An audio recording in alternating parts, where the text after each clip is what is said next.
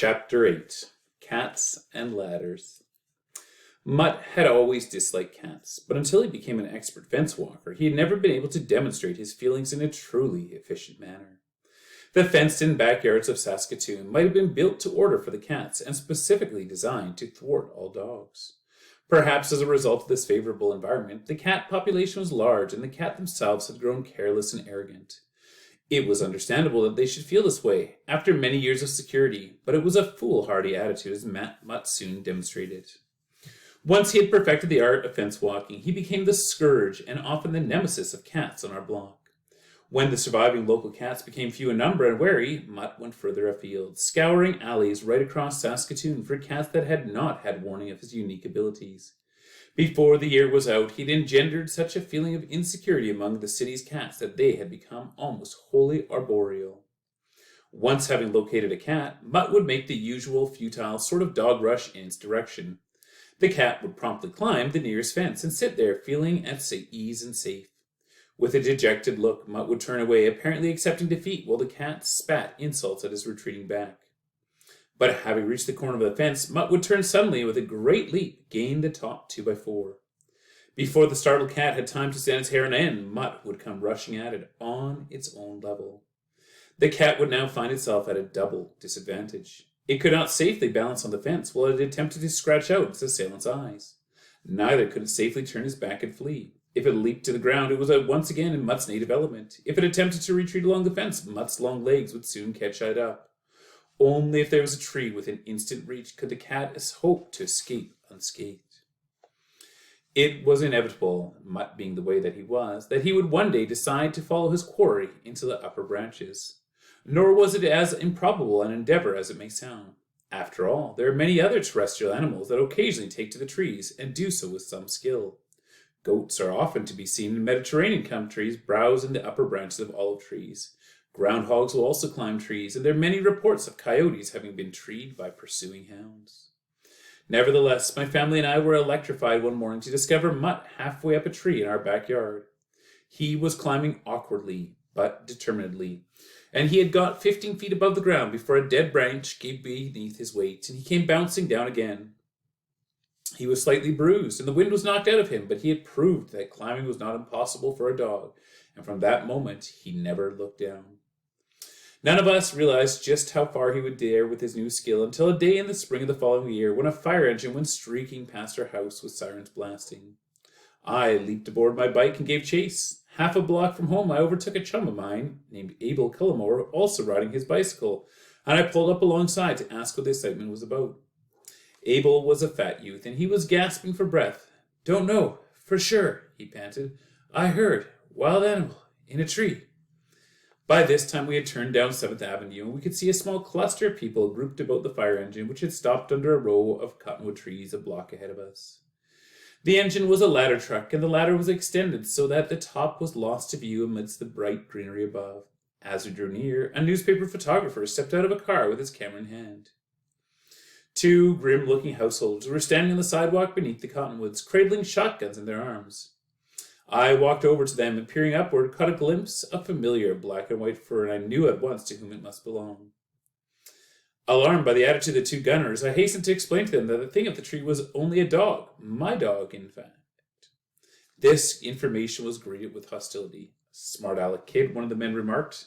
Another waved me away, saying sternly, "Run along, you boy. If you wasn't so young, I'd say you was corked." The first man guffawed loudly, and I backed away. I could not really blame the men. The foliage was too thick for any stranger to identify the beast up in the tree, and anyways, it was making a weird and most undog-like noise. Only Abel and I recognized the sounds as the plaintive chattering that Mutt made when he was in difficulties. I was debating whether or not I dared accost the man who was operating the fire truck controls when there came a startled cry from the branches overhead, into which a fireman, armed with a gunny sack and a revolver, had just disappeared. "Son of a self-sealing cylinder," he bawled, a note of intense incredulity in his voice. "It's a damn dog." Mutt and I were both relieved when the fireman finally descended, with the dog slung over his shoulder. Mutt had suffered no harm, other than to his dignity, but that had been ruffled, and he slunk away for home the moment the fireman put him down. Descending from trees always remained a difficulty for Mutt, and when he began climbing ladders, he encountered the same problem and got him into several curious situations. His interest in ladders had followed naturally upon his tree climbing experiments, and I encouraged him, for I was anxious to expand my renown as the owner of a remarkably acrobatic dog. We began with step ladders, and those were easy. Rung ladders followed, and before many days he could mount quickly and lightly to the roof of our house. But if the pitch of the ladder was at all steep, his attempts to descend, head first, degenerated into a free slide that ended with a thump on the ground below. Eventually, he learned to control his descent by hooking his hind feet over progressively lower rungs while he guided himself with his forefeet. But in the early stages of his ladder climbing career, he could only go up. Not content to experiment with our ladders at home, Mutt would tackle any ladder he came across. It so happened that there lived in our street a man by the name of Kuzinski, a baker by trade and on the night shift at his plant. It was Kuzinski's habit to spend the daylight hours improving the appearance of his two-story frame house. He used to repaint the entire house at least once a year, and each year he used a different color. One would have thought that he enjoyed ladder work almost as much as Mutt, for on any suitable day you could find Kuzinski perched high up under the eaves wielding his brush. He once explained his passion for painting this way. Why I painted? Why, you ask? She's lovely street, this place. Better I should look lovely too. And so I painted. And so he did. I was not always fortunate enough to witness Mutt's misadventures, but I witnessed this one. It was unforgettable. It was on a Saturday afternoon, and Mutt and I had been on a tramp along the riverbank looking for dinosaur bones. On the way home, we passed Kuzinski's place, and I noted with approval that he was changing his color scheme again, this time from green to puce. As I walked on, I did not notice Mutt was no longer at my heels, for I was engrossed in speculation about the possibility of finding dinosaur bones in the Anglican churchyard. By this, I hastened to explain, it had dawned on me that the gravediggers might conceivably stumble across such remains when they were about their work. I knew one of the diggers slightly, and I had just decided that I would try to enlist his interest when there came a frightful shriek from somewhere behind me. I spun on my heel, and there, high on the south wall of Kuzinski's multicolored house, I saw a strange tableau. At the very top of the ladder was Kuzinski himself. He was clinging by his hands to the eave trough, while from his right foot a gallon of paint hung precariously suspended. Immediately below him was Mutt. Mutt's situation was most peculiar. He must have attempted to turn around the upper rungs of the ladder, but he had only succeeded in thrusting his head and forequarters through the rungs, so he was balanced on his midriff and helpless to move in any direction. Kuzinski was still yelling fiercely, but Mutt was saving his breath. I ran to their aid, and having clambered up the ladder, managed to get Mutt turned around. Kuzinski put his feet back on the top rung, and we three descended to the ground. As Mutt's nominal master, I expected a severe dressing down, but Kuzinski surprised me. Apparently, his admiration for Mutt's climbing abilities outweighed the effects of the shock that he had suffered. It must have been a severe shock, too. I stand there painted, he explained to me, and nowhere looking when it comes up between the legs. Dat dog, oh my, dat dog, a yump, what else? What else indeed? I only wonder that he did not yump clear up onto the roof. Mutt and I withdrew after I'd made my apologies for both of us, and the outcome of the incident was that Kuzinski became our warmest friend in the neighborhood. He never tired of telling the story about that dog. On another occasion, Mutt found a tempting ladder, ascended it, and being unable to turn around, simply clambered into an open second-story bedroom window and scratched to the closed bedroom door until the householder came upstairs and let him out. The owner of that house was another singular character. He had worked at the Canadian National Railway for 30-odd years, and as a result, he was the most phlegmatic man I ever knew. Nothing could disturb his equanimity. When he re-entered the living room after having let Mutt out the back door, his wife asked him what the noise upstairs had been. He replied, "Nothing, my dear, only a stray dog in the bedroom." I know that this is true, for his wife told Mother about it during a tea party, and Mother, recognizing the culprit must have been Mutt, told me. It was after he had become at last fully competent at going both ways on a ladder that his brush with the cat lady occurred. I never heard her other name, if indeed she had one. To all of us on River Road, adults and children alike, she was known as the cat lady. She lived in a ramshackle frame house in the corner of our block, and she kept cats. There must be many women like her in the world, spinsters most of them, who suffer from frustration and who take to cats as compensation. Women of this kind can be truly formidable in their felinity, and in such a one was our cat lady.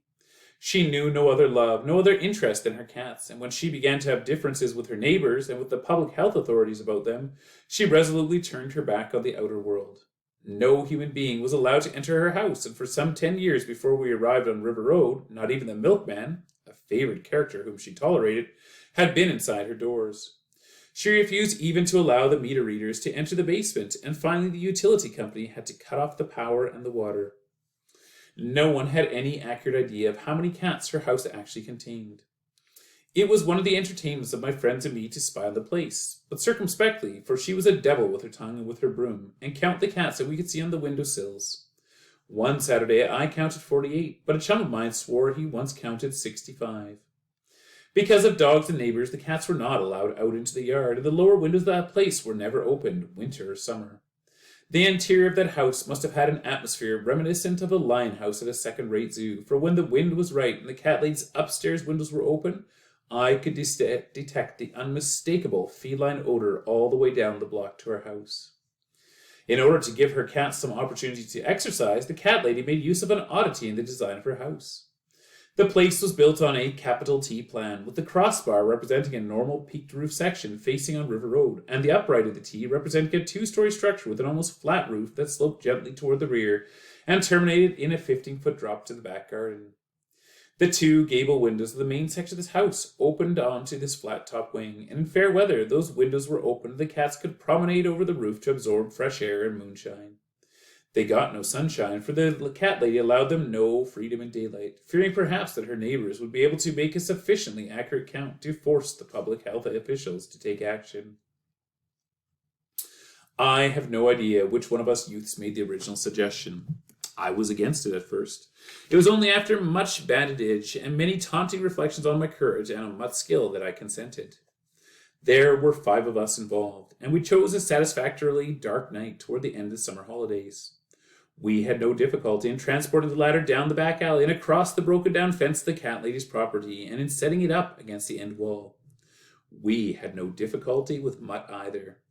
The cat smell was overwhelmingly powerful in his nostrils, and he, like other dogs of the area, must have spent many a thoughtful hour considering ways and means of getting at this multitude of cats. He went up the ladder with the quiet agility of a squirrel, but when he reached the roof, his claws clattered alarmingly on tin shingles. We discreetly retreated to the alley to await events. Mutt encountered a cat almost at once. There was a sudden scurrying, a despairing, squalling noise, and then a thud as something fell in the yard. At once, the night grew hideous. There must have been a score of cats loose on the roof, and in the darkness a frightful free-for-all began. The cat lady lived in deathly fear of burglars, or at least of male intruders, and I suppose she immediately assumed the worst. There was a volume to her screams that a whole pack of Sabine women, taken all together, could hardly have bettered. I think there was something else too, an ill-defined quality that seems to me, now looking back on it, to have expressed a kind of yearning hope. We had not expected such a violent reaction, and appalled by it, we fled for the shelter of our respective homes, abandoning Mutt and ladder. But I was smitten by conscience when only halfway home. I stopped and was trying to nerve myself to return to this scene when Mutt happily caught up with me. He did not seem at all distressed. Rather, he seemed smugly self-satisfied, despite a 4-pronged gash that ran the full length of his bulbous nose. From his point of view, the evening had been a considerable success. It was a success from everyone's point of view, except that of poor cat lady, and possibly of the 2 policemen who shortly arrived upon the scene. One of the policemen began to bang on the front door of the house, while the other raced around to the back in the hopes of intercepting an escaping burglar. He found a ladder, but he had to fight his way up it against a perfect avalanche of cats who were hurriedly abandoning ship. There was a brief account of the incident in the next day's paper, but Mutt received no recognition for the part that he had played. He would not have cared had he known of this neglect. Throughout the next week, he and the other local dogs had themselves a wonderful time chasing cats that had fled from the roof, or that had escaped when the police had finally forced the front door of the cat lady's house. Neither was justice visited upon us who were the instigators of this whole affair. The police concluded that a person or persons unknown had attempted to break in and had been foiled by prompt official action. The investigation was soon dropped since there was no helpful witnesses, all of Cat Lady's neighbors having sworn they saw nothing that night that might be of assistance to the police. I have sometimes wondered about that. Only a week after the incident, I received a brand new and expensive .22 rifle as a gift from the man who lived next door to the cat lady, and to whom I had never even spoken before.